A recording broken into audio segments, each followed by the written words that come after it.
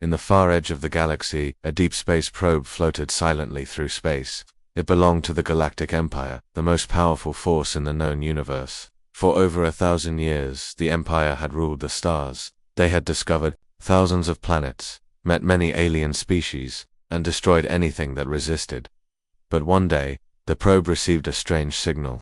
It came from a place no one had visited in centuries, a dead sector.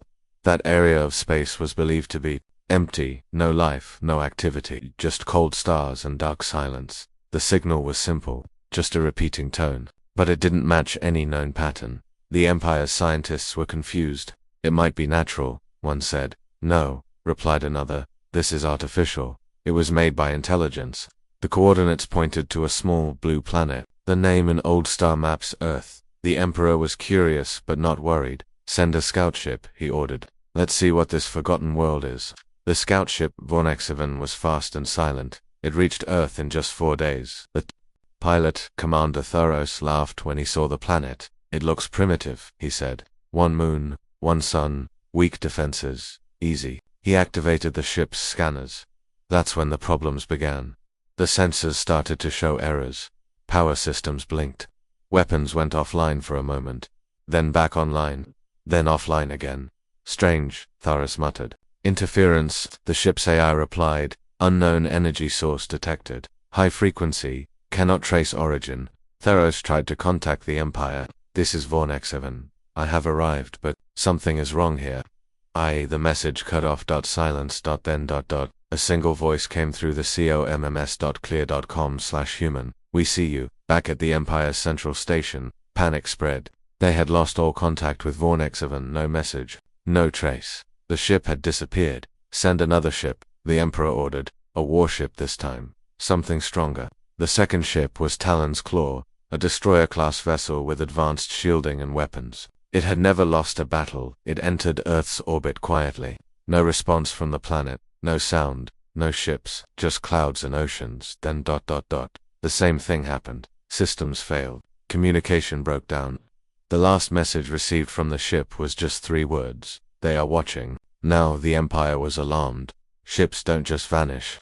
Not in their galaxy. Not under their rule. They checked the last data packet sent by the second ship. One strange detail stood out. Time distortion.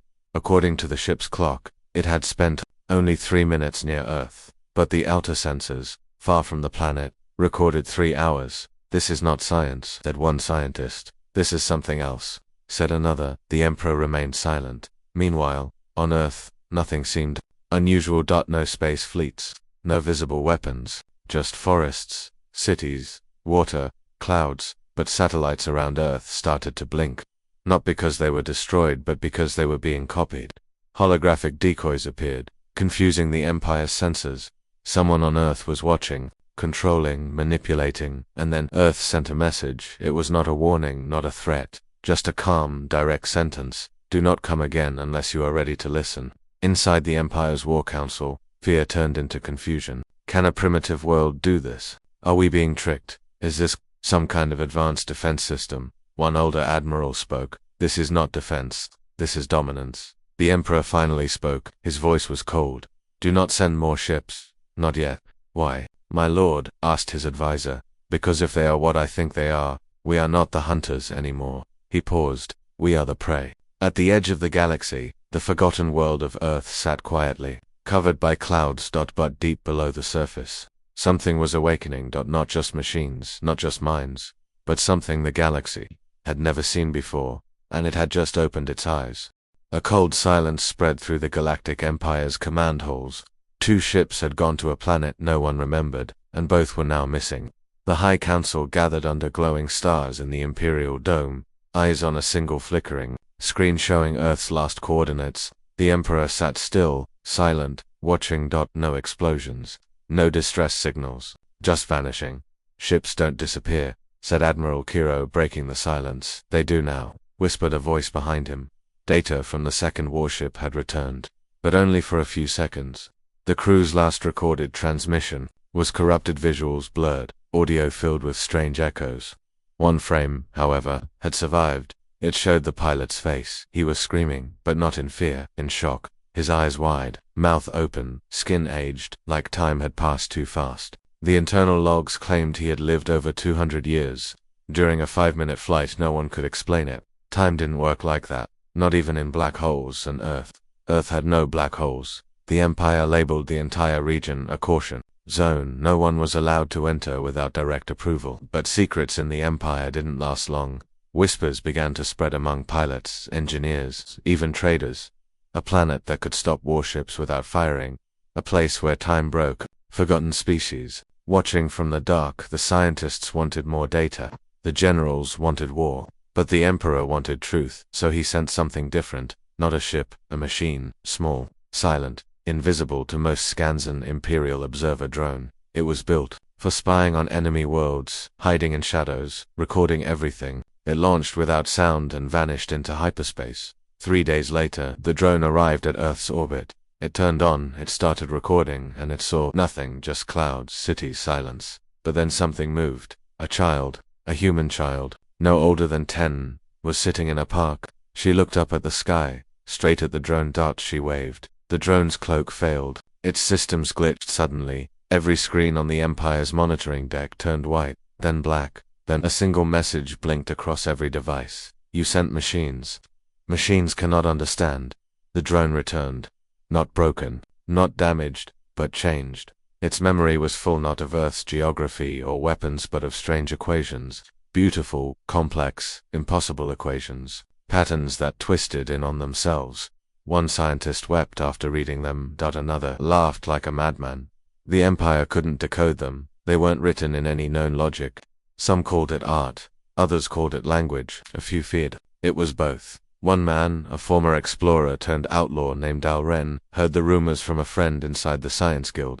He had seen many worlds, many threats. But this was different. Something about Earth pulled at him. He had stolen ships, faced warlords, even traded with shadow creatures in the dying nebulae. But this felt deeper. So he did what no one else dared. He flew to Earth, illegally, quietly, alone. His ship, old and patched together, creaked as it neared the blue planet. He turned off all signals, masked his engine, and used nothing but manual controls. Nothing attacked him, no weapons, no warnings, just silence. He landed in a forest, breathed Earth's air. It smelled clean. He walked for miles, no patrols, no armies, just people, humans, living normal lives, shopping, laughing, eating.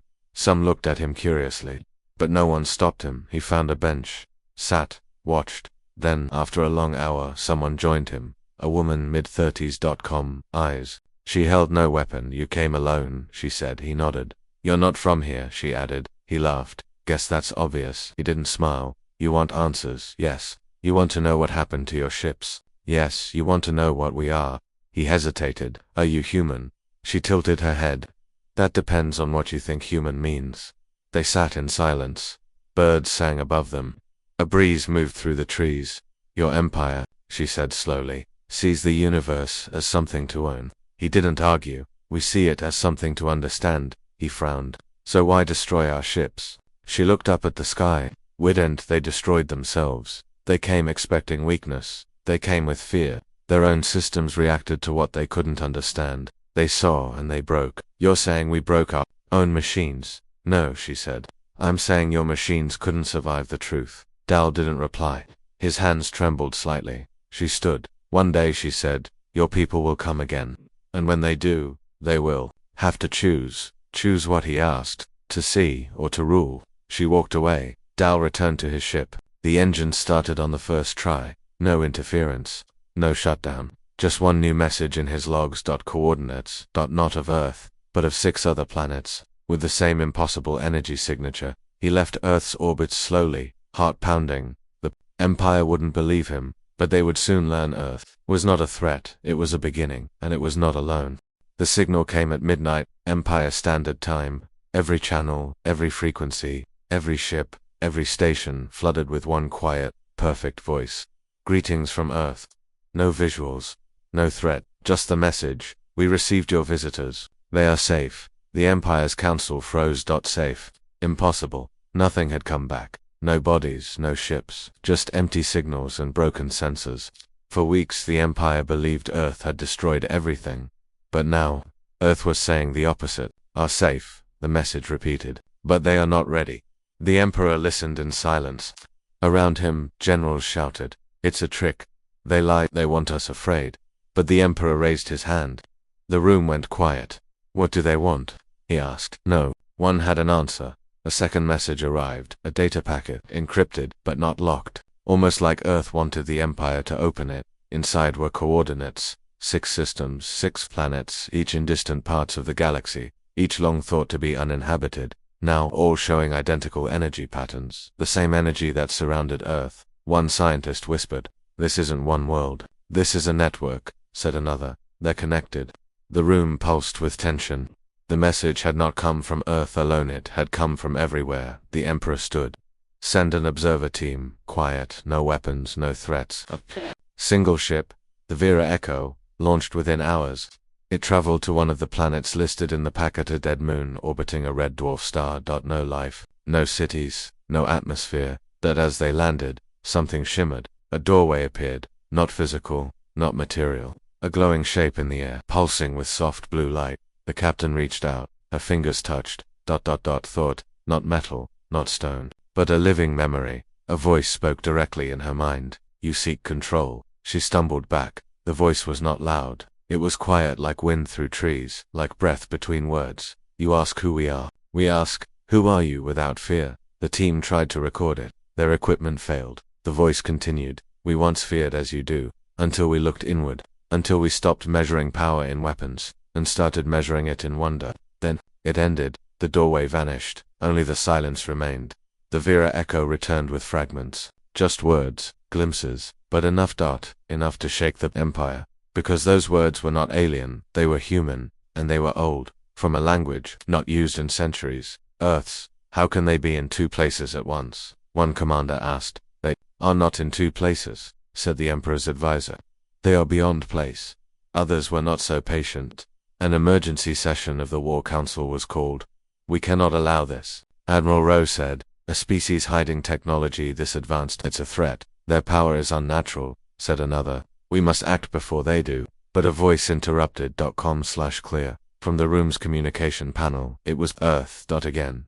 "You fear what you do not understand." The room went still. "No, we are not many worlds. We are one people, evolved. Time, distance, language, they do not limit us." One council member shouted, "Then show yourselves." There was a pause. Then, "You are not ready to see, but we will show. A piece." The stars above the Imperial City changed. People looked up. In the sky, shapes formed. At first, simple circles, lines, then more, massive glowing machines. Not built but grown, whole structures made of light, orbiting each other like thoughts given form. The shapes floated for seconds, then faded. Across the Empire, people whispered, not about war, but about awe. The message ended, but one last sentence remained on every screen, every device, every display. "You are not alone in the dark, but you must choose your light." On a quiet space station orbiting the outer rim, an alien engineer named Solon watched the message replay on loop. She had seen battles, lost friends, built weapons, but this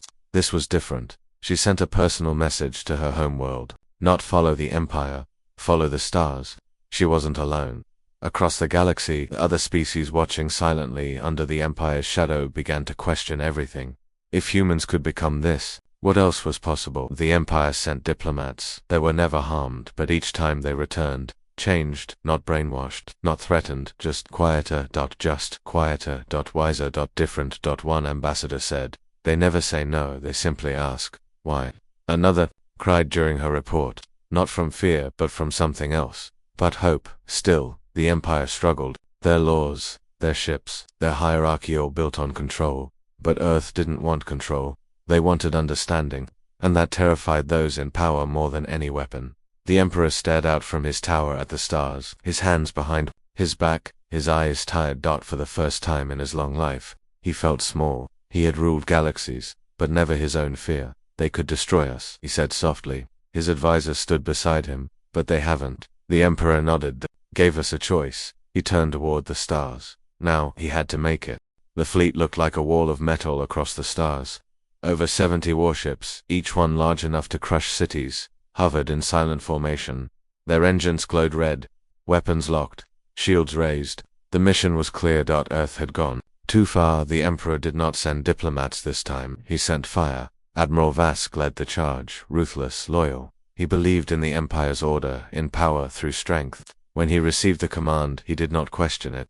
Earth was a threat, and threats must be erased. Approach quietly, he told his officers. Let them see what real control looks like. As the fleet moved closer, strange things began to happen. Not to Earth or to the ships. One by one, small malfunctions spread. Nothing major. A light flickered, a screen reset, an oxygen level spiked and dropped. The crew called them random errors, but they weren't random, they were warnings. No one saw them for what they were. Not yet. The fleet passed Saturn, then Jupiter. They were close now. Earth filled their screens, a soft blue circle under white clouds. No ships in orbit, no defenses, not even satellites. It looked empty, it looked weak, pathetic. Vask said, begin descent. The first strike squad launched, 15 ships, fast, sharp, ready to level key points on the surface. They never made it. Midway through the descent, all 15 vanished. No fire, no explosions. Just silence. Sensors still showed them floating, but wrong. Their locations kept shifting by the second. Their data logs made no sense. One ship claimed it was still at the edge of the solar system. Another showed its position inside the moon. Crew communication was replaced with static and whispers. Words in no known language. The fleet's AI tried to correct the errors. It failed. That had never happened before. Back on the command ship, Vask stared at the screen. His jaw tightened. Pull them back, he ordered. No response. He sent override commands. Nothing worked. Then the signal came, not from Earth, from inside his own ship. All screens blinked black. A voice spoke. You were warned. The bridge froze. You chose fear. Overthought. The crew tried to shut the systems down. Manual switches, emergency resets. Nothing worked. The voice continued, soft and calm. We do not want war, but we will not be ruled. The lights dimmed. A new screen appeared filled with spinning shapes, spirals, stars, numbers. A map. Hid showed the Empire, all of it. Then one by one, small red dots appeared. Earth's energy signature, not just on Earth, not just in the 6 planets they had mentioned before, but hundreds, across the entire galaxy. Hidden, silent, watching. Every corner of the Empire had been seen. Not attacked, just observed. You think we are one world, the voice said. You are wrong. The map vanished. Reality snapped back. The fleet drifted above Earth, weapons still armed, but the will to fire was gone.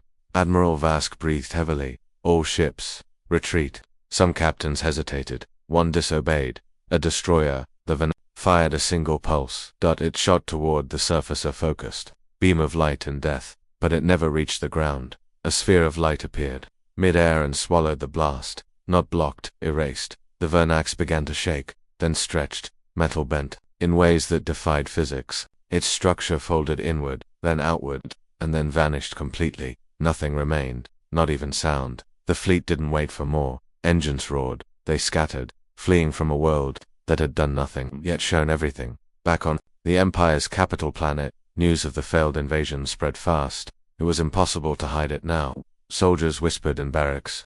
Scientists locked themselves in labs, trying to explain what had happened. Priests called it divine. Revolutionaries called it justice. But for the people, it was AW. Earth had not fought back. It had not needed to. It had simply shown the truth, and let fear do the rest. The Emperor stood before the High Council. He did not yell. He did not defend the failed mission. He just asked one question. Who are we, if we cannot understand? There was no answer. Some left the chamber in silence. Some stayed uncertain. But one voice rose. It was young, a woman, a diplomat. We were taught the galaxy obeys strength, but maybe it's time we listen. Instead of shout, the Emperor looked at her. For the first time in decades, he smiled, far away, in a hidden chamber beneath Earth's surface.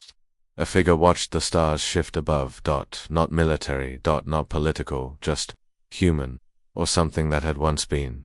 Beside her stood an entity of light-shifting shape, speaking through presence, not sound. They fear, she said. They always have, it replied. Will they return? They must. She nodded. Are we ready? We always were. And above them, the stars moved slowly and changed by war, untouched by fear, waiting for the next question.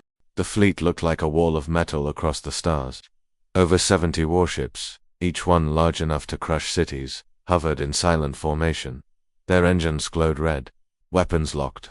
Shields raised. The mission was clear. Earth had gone too far. The Emperor did not send diplomats this time. He sent fire. Admiral Vask led the charge. Ruthless, loyal. He believed in the Empire's order, in power through strength. When he received the command, he did not question it. Earth was a threat, and threats must be erased. Approach quietly, he told his officers. Let them see what real control looks like. As the fleet moved closer, strange things began to happen. Not to Earth. To the ships. One by one.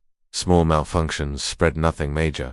A light flickered. A screen reset. An oxygen level spiked and dropped. The crew called them random errors, but they weren't random. They were warnings. No one saw them for what they were, not yet. The fleet passed Saturn, then Jupiter. They were close now. Earth filled their screens, a soft blue circle under white clouds. No ships in orbit.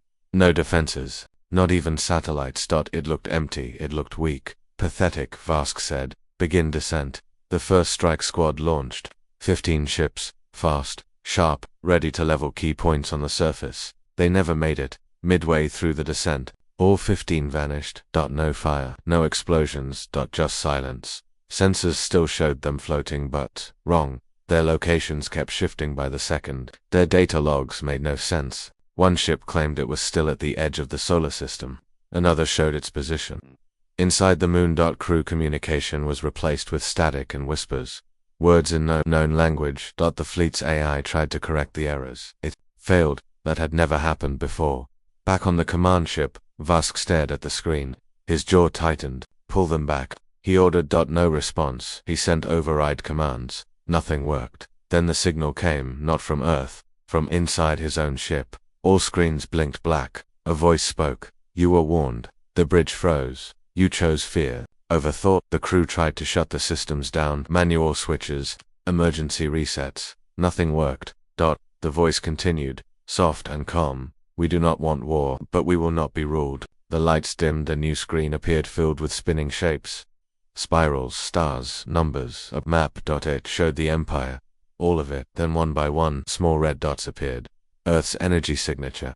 Not just on Earth, not just in the 6 planets they had mentioned before, but hundreds across the entire galaxy. Hidden, silent, watching. Every corner of the Empire had been seen. Not attacked, just observed. You think we are one world, the voice said. You are wrong. The map vanished. Reality snapped back. The fleet drifted above Earth, weapons still armed, but the will to fire was gone. Admiral Vask breathed heavily. All ships, retreat. Some captains hesitated. One disobeyed. A destroyer, the Van, fired a single pulse. It shot toward the surface, a focused beam of light and death, but it never reached the ground. A sphere of light appeared mid-air and swallowed the blast. Not blocked, erased. The Vanax began to shake, then stretch. Metal bent, in ways that defied physics. Its structure folded inward, then outward, and then vanished completely. Nothing remained, not even sound. The fleet didn't wait for more. Engines roared. They scattered, fleeing from a world that had done nothing yet shown everything. Back on the Empire's capital planet, news of the failed invasion spread fast. It was impossible to hide it now. Soldiers whispered in barracks. Scientists locked themselves in labs trying to explain what had happened. Priests called it divine. Revolutionaries called it justice. But for the people, it was AW. Earth had not fought back. It had not needed to. It had simply shown the truth and let fear do the rest. The Emperor stood before the High Council. He did not yell. He did not defend the failed mission. He just asked one question. Who are we if we cannot understand? There was no answer. Some left the chamber in silence. Some stayed uncertain. But one voice rose. It was young. A woman. A diplomat. We were taught the galaxy obeys strength. But maybe it's time we listen. Instead of shout, the Emperor looked at her. For the first time in decades, he smiled. Far away, in a hidden chamber beneath Earth's surface, a figure watched the stars shift above. Not military. Not political. Just human. Or something that had once been. Beside her stood an entity of light-shifting shape, speaking through presence, not sound. They fear, she said. They always have, it replied. Will they return? They must. She nodded. Are we ready? We always were. And above them the stars moved slowly, unchanged by war, untouched by fear, waiting for the next question. The first planet blinked out of existence for 8 seconds. It wasn't destroyed. It simply vanished, then returned untouched. People screamed. Ships crashed. The Empire declared a communications failure, a glitch, a storm of solar interference. But it wasn't. The second planet didn't vanish. It multiplied. 3 exact copies of the same world appeared beside it, hovering for an hour before dissolving into light. Entire moons watched the event and sent data the Empire couldn't explain. Every test came back the same. The copies were real, until they weren't. Then the messages started again, not from Earth, from everywhere, not words, moments. A starship captain in the Outer Rim saw herself walking into her own quarters 5 minutes before she actually did. A colony of miners on a cold rock dreamed the same dream at the same time and remembered it together. A child on a trading moon drew a map of unknown galaxies in perfect detail. The Empire's scanners tried to trace the origin of these events. Every line of code circled back to the same result, unknown, but they were wrong, it wasn't unknown, that it was human. Earth's presence was no longer limited to Earth, it was spreading, but not like an army, like a thought, one that had learned how to echo. Inside the council chamber, the oldest members of the Empire stood in silence. Screens showed anomalies from every sector. None were violent, none were deadly. But they bent logic, they bent control. "We can't fight this," one general said. "We don't even know what this is." Another shook his head. "We know exactly what it is." He raised a hand and pointed to a screen. The symbol of Earth, not official, not military, just a circle with 3 dots in the center. It had appeared in over 700 locations, embedded into structures, broadcasts, even dreams. People had started calling it the Wake, a wave behind something larger, that the Emperor said nothing, had seen it too, not just the symbol, the dream, the same one. Again and again he stood before a mirror, only to find it didn't show his reflection, that it showed a child, human, staring back with ancient eyes full of pity. One night the Emperor walked alone through the palace garden, no guards, no advisors, just starlight and wind. He saw a figure near the water, not an intruder, not quite real either. The woman turned to face him. She looked human, but her shape shifted slightly with each breath, as if she existed in more than one moment. "You were warned," she said. He nodded slowly. "And we didn't listen." "You couldn't," she replied. "You speak in rules. We speak in questions." "Why now?" he asked. "Why return?" She smiled, though it held sadness. "We never left." He stared at her, searching for weakness, but there was none. "Are you a weapon?" he asked. "No." "Then what are you?" She stepped closer, a mirror.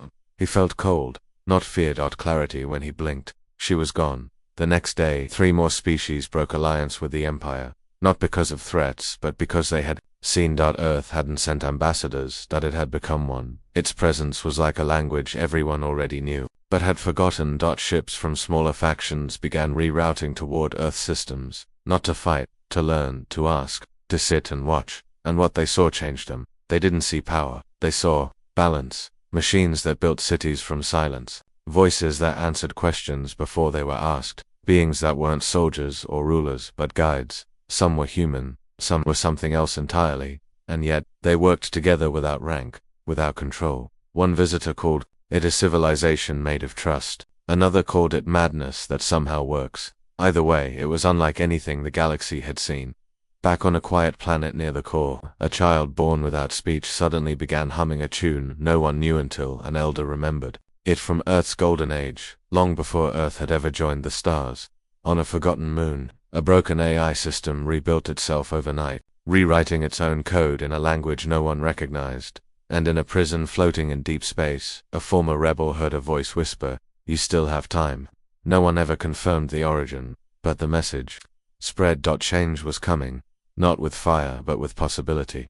The Empire sent one last ship, not a warship, not a drone, a lone vessel carrying a diplomat who volunteered after dreaming of Earth 3 nights in a row. She was greeted by silence, then light, then laughter. When she returned, she did not speak for a full week. When she finally did, she said only this: "They are not what we thought."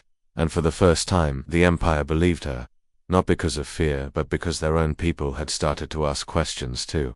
And once that begins, no empire, no matter how old, can stay the same.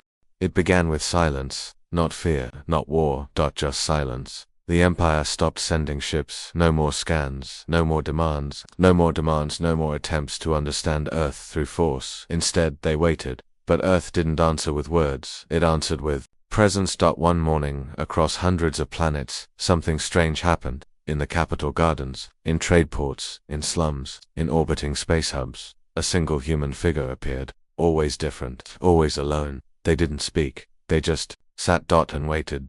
People approached. Some asked questions. Some shouted. Some begged for answers. The humans only smiled, and slowly they faded, each one leaving behind a small stone, perfectly smooth, glowing faintly with light that pulsed like a heartbeat. A whisper followed those who touched the stone. A sound, not a message, a feeling. Understanding. Understanding. Not all accepted it.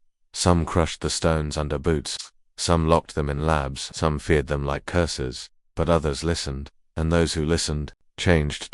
The change wasn't visible. It was quieter than evolution. But stronger. A mechanic on a mining station suddenly solved an energy puzzle no one had cracked in decades. A healer on a jungle moon cured a disease using a plant that shouldn't have existed there. A blind artist painted a landscape she had never seen. But others recognized from Earth's past, the stones weren't technology, they were invitations. And the invitation was simple: remember what you are. In the Empire's heart, the last High Council stood in a hall once filled with pride.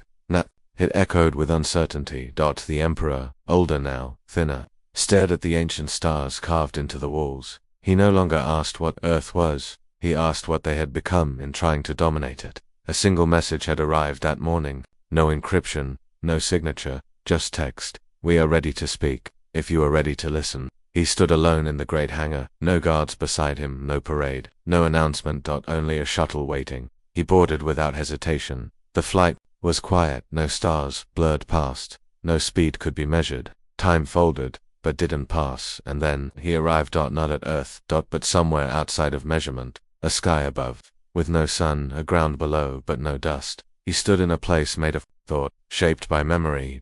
And they were there. Not hundreds, just one. A woman older than she looked. Her eyes reflected galaxies. Her voice, when it came, held weight and light all at once. You came, she said. He nodded. I had questions. We know. Why did you let us come so close to war? Because questions born from fear never lead to truth, only exhaustion. And only from exhaustion do some find reflection. He closed his eyes. Are you still human? Are you? He opened them again. She continued. You built an empire. We built an echo. What does that mean? We remember ourselves and each other. You remember yourself through control. The ground shimmered beneath their feet. It became cities, ships, stars, then stories, lives, deaths, all woven into one continuous thread. You spread order, she said. We spread choice. He felt something crack inside him. Not pain. Relief. You never wanted to rule, he whispered. We never wanted to be ruled. Then what do you want? She stepped forward, placed something small in his palm. Another stone, but this one was different. It pulsed in time with his breath. We want the galaxy to wake up, she said.